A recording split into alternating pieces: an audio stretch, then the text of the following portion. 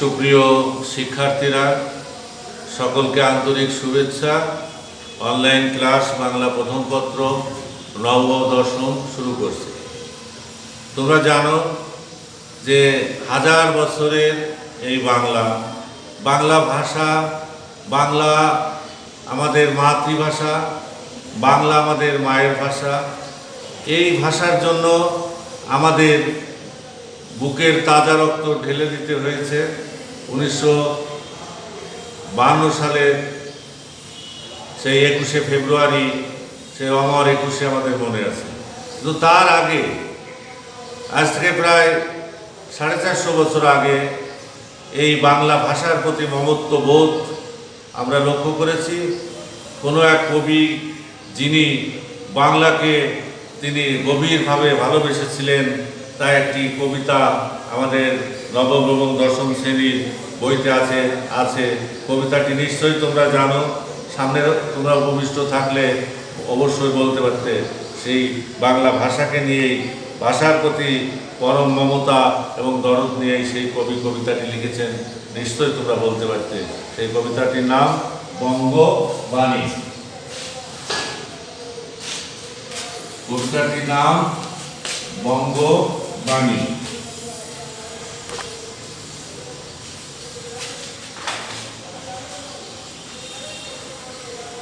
লিখেছেন আব্দুল হাকিম।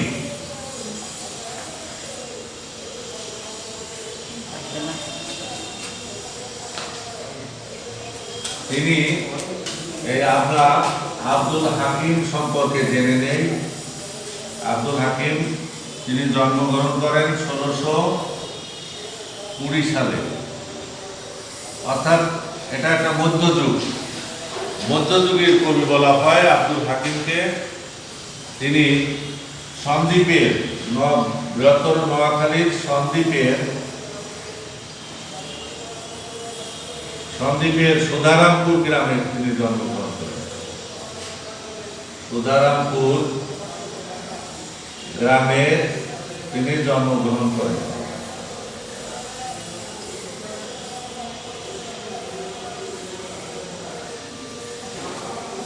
মধ্যযুগের অন্যতম প্রধান কবি বলা হয় আব্দুল হাকিমকে, বলা হয় মধ্যযুগের অন্যতম প্রধান কবি। তাহলে আব্দুল হাকিমকে বলা হয় মধ্যযুগের প্রধান কবি। সেই যুগে মাতৃভাষার প্রতি গভীর মমতা এবং ভালোবাসার নিদর্শন, ইতিহাস, এক বিরল দৃষ্টান্ত এবং কালজয়ী আদর্শ। নূরনামা তার বিখ্যাত কাব্যগ্রন্থ আছে নূরনামা আছে তার বিখ্যাত কাব্যগ্রন্থ। এছাড়া তিনি আর যে সমস্ত কাব্যগ্রন্থ লিখেছেন, ইউসুফ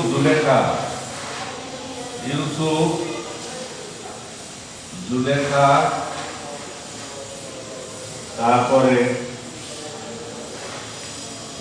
লালমতি, সয়ফুল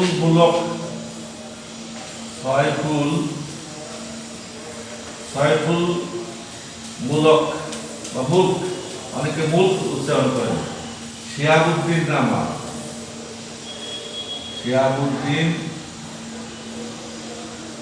নামা ইত্যাদি। নসিহত নামা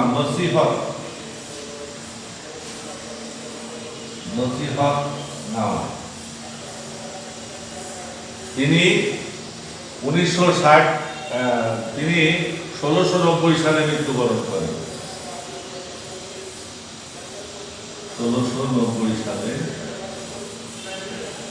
মৃত্যুবরণ করেন।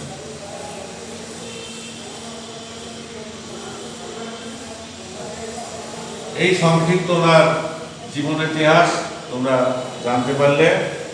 তাহলে মোহাম্মদ আব্দুল হাকিম কোন কবিতা লিখেছেন? বঙ্গবাণী কবিতা লিখেছেন। তাকে কোন যুগের প্রধান কবি বলা হয়? মধ্যযুগের প্রধান কবি। 1620 সালে তিনি জন্মগ্রহণ করেন। কোথায় জন্মগ্রহণ করেন? সন্দ্বীপের সুধারামপুর গ্রামে। আর তার বিখ্যাত কাব্যগ্রন্থ আছে নূরনামা। আরো কিছু কাব্যগ্রন্থ তিনি রচনা করেছেন, তার মধ্যে রয়েছে ইউসুফ জুলেখা, লালমতি, সয়ফুল মুলক, শিহাবুদ্দিন নামা, নসিহতনামা। এই মধ্যযুগের কবি, তাহলে উনি যদি 1620 সালে জন্মগ্রহণ করেন, এখন হচ্ছে 2020 সাল, 1620 সালে জন্ম দিয়ে 20 ধরো 40, 1640 ধরলাম, আরো 20 বছর পরে যদি কবিতাটি লেখেন তাহলে কত আগের কবিতা? 0 4 আর 12 হয়, 8 হলে হাতে আমার 1, 6 আর 7, 7 আর 10 হয়, 3 হলি 380, প্রায় 400 বছর আগে এই কবিতাটি। তাহলে 400 বছর আগে তিনি এই বাংলা ভাষার প্রতি কিভাবে লিখেছেন এবং তখনকার আমলের বাংলা ভাষা কোন রূপ ছিল সেইটা আমরা দেখতে। বাংলা ভাষার আমরা কয়েকটা যুগ পাই, আদি যুগ, তারপরে আদি যুগ, মধ্যযুগ, আধুনিক যুগ, যেটা এখন চলছে।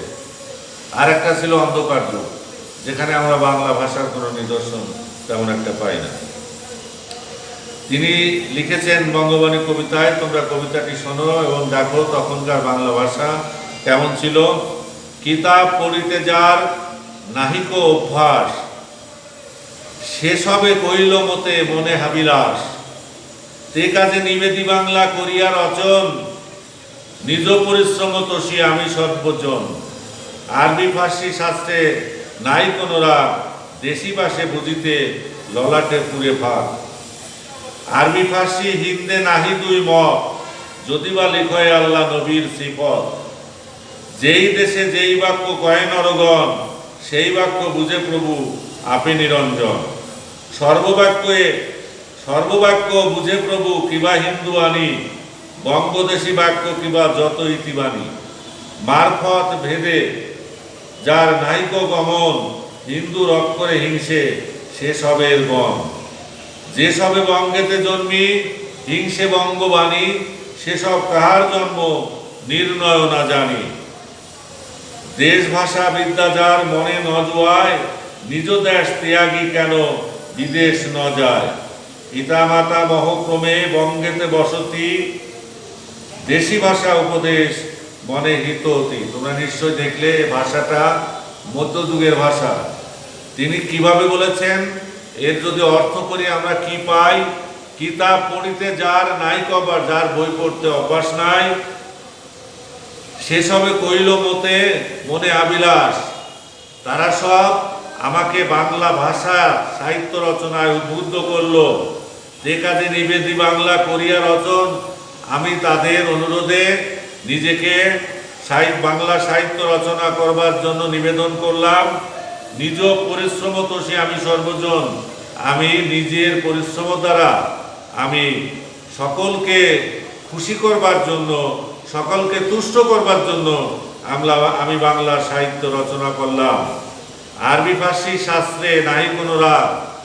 আমাদের বাংলা ভাষা এমনই একটা ভাষা, এখানে আরবি থেকে ফার্সি থেকে অনেক শব্দ এসেছে, সেই শব্দকে আমরা অবলীলাক্রমে গ্রহণ করেছি, তার প্রতি আমাদের কোনো বিদ্বেষ নেই। সেই শব্দ আমরা বাংলা সাহিত্যের সম্ভারকে আরো সমৃদ্ধ করেছি। দেশি ভাষে বুঝিতে ললাটে পুরে ভাগ। আমরা আরবি ফার্সি বিদেশি শব্দ বুঝি, অথচ বাংলা ভাষা বুঝতে আমাদের ললাটে বা কপালে ভাঁজ পড়ে। এটা কবি আজ থেকে প্রায় 380 বছর আগে এইটা তিনি অনুভব করেছেন, যে বাংলা ভাষার প্রতি কেমন যেন একটা উন্নাসিকতা, একটা অবহেলা, তুচ্ছতা ছিল বোধ। আরবি ফার্সি হিন্দে নাই দুই মত। আরবি ভাষা, ফার্সি ভাষা, হিন্দু ভাষা, এতে আমাদের কোনো দ্বিমত থাকার কথা নয়।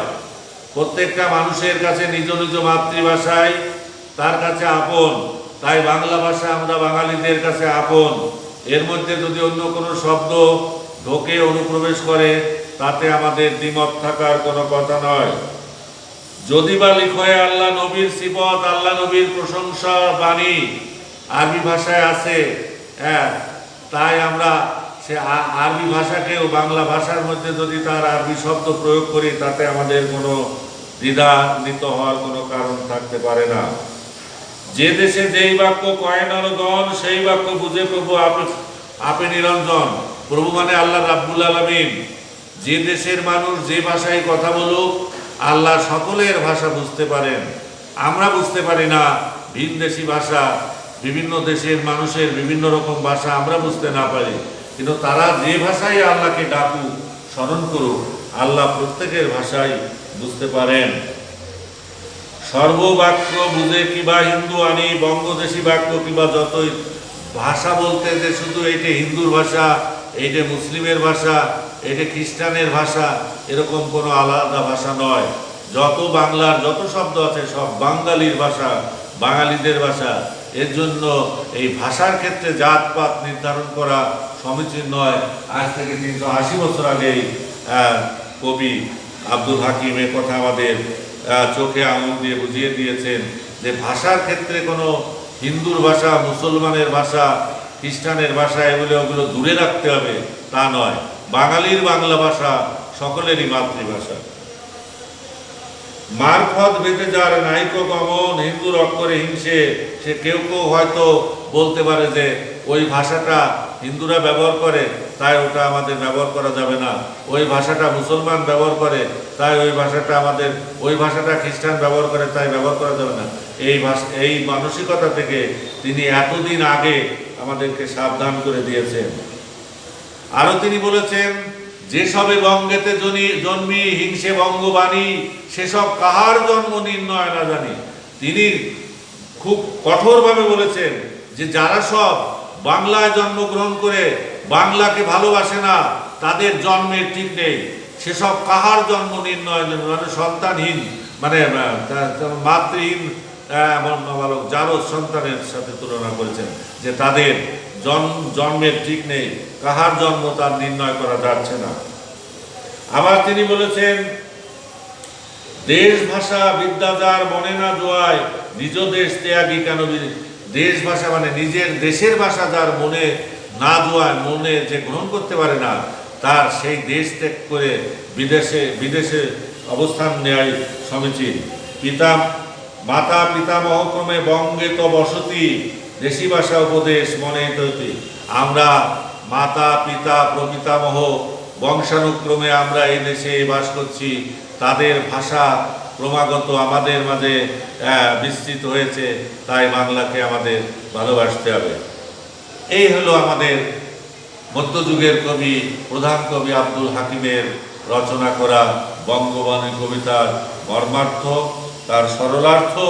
তাই তোমাদেরকে আমি কিছু প্রশ্ন লিখে দেই, এই প্রশ্নগুলো তোমরা উত্তর বলবে। প্রশ্নগুলো আছে,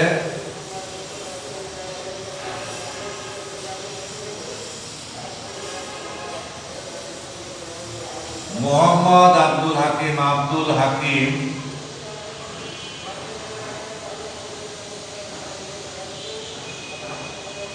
কত সালে জন্মগ্রহণ করেন?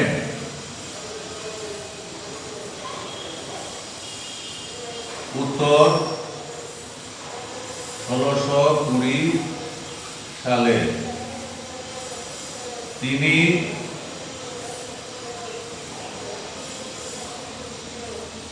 জন্মগ্রহণ করেন উত্তর সন্দ্বীপের সুধারামপুর গ্রামে।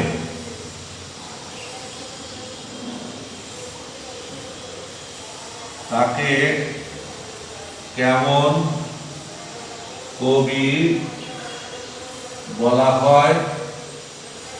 উত্তর মধ্যযুগের প্রধান কবি বলা হয়।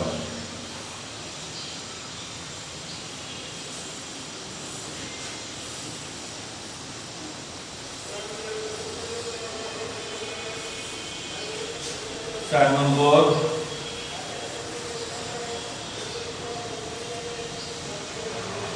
প্রভু কোন ভাষা বোঝেন?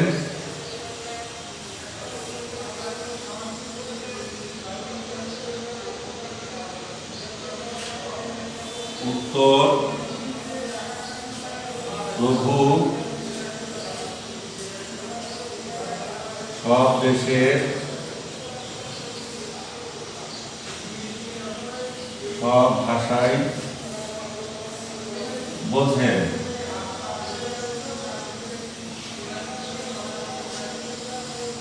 আরো দু একটা প্রশ্নের উত্তর তোমাদের বলে দিয়ে লিখে দাও।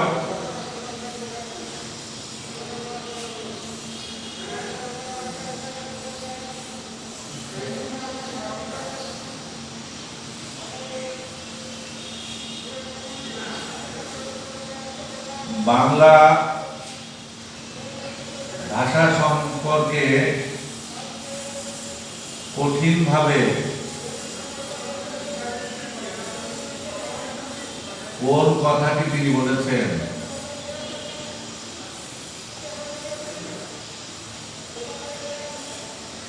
উত্তর,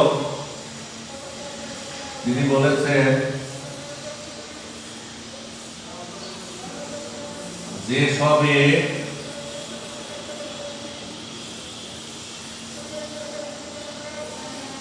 বঙ্গেতে জন্মি হিংসে বঙ্গবাণী সেসব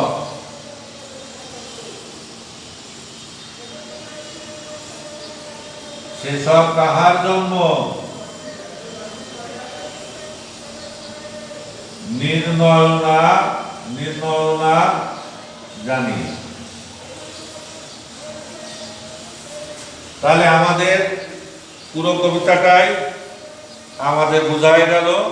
তোমরা যারা আমার ক্লাস শুনছো তারাই বঙ্গবাণী কবিতা নিয়ে আর কোনো বুঝবার কোনো কিছু বাদ রইল না। এবার তোমাদেরকে আমি একটি বাড়ির কাজ দিচ্ছি। বঙ্গবাণী কবিতায় বাংলা ভাষার প্রতি কবির মমত্ববোধ ফুটে উঠেছে। এই উক্তিটির তাৎপর্য বিশ্লেষণ করো। এটা হচ্ছে বাড়ির কাজ। এটা তোমরা লিখে আমার কমেন্ট বক্সে পাঠাতে পারো।